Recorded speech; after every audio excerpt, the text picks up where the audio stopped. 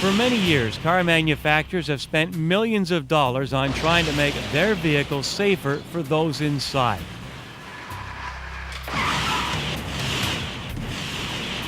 Yet unbelievably, many drivers and passengers still refuse to wear their seat belts.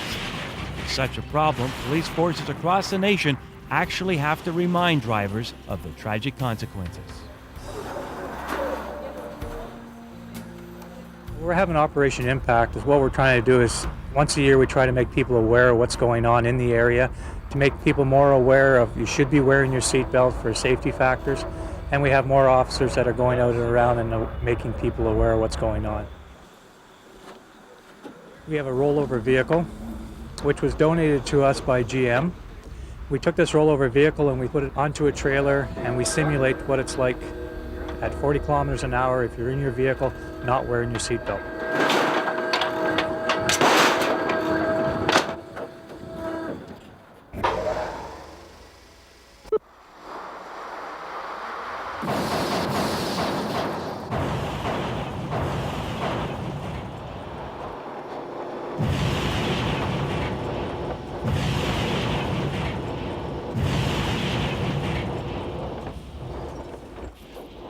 It's fairly graphic. Usually what happens is the mannequin that's inside will fly out. We do two demonstrations. We do one with the mannequin hooked up with a seatbelt showing what will happen.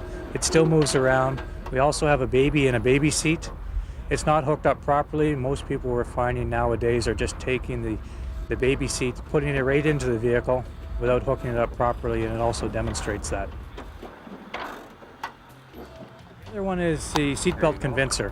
It goes approximately 8 kilometers an hour and comes to a dead stop. And I'll show you what the impact is like at 8 kilometers an hour. What is it? I mean, you meet people, I'm sure you find people who aren't wearing the seatbelt. Why do some people still resist wearing their seatbelt? Is there an answer? I don't think there is a real answer for that. Some people will talk and say my uncle or my brother or somebody I know would have lived if they were not wearing their seatbelt because they would have been thrown. This is not true. I couldn't say that everybody will ever wear all their seatbelts all the time. It would be nice. It'd make our job easier at times. Let me get this straight.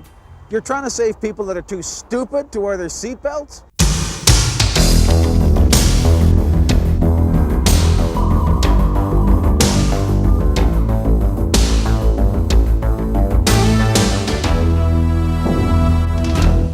Boy, some of that crash footage earlier in the show was pretty brutal, wasn't it?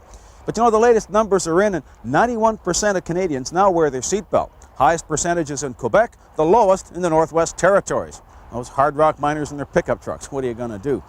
But you know, I'm beginning to wonder if all the money we're spending on that last 9% is really worth it. Maybe those police should be out chasing left lane bandits or people who change lanes without a signal. I mean, surely those 9% know by now that a seatbelt is the best way to save your life.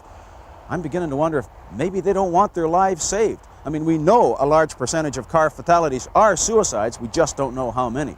We've just spent $1.5 million in Toronto putting a fence over a bridge so people won't jump off it.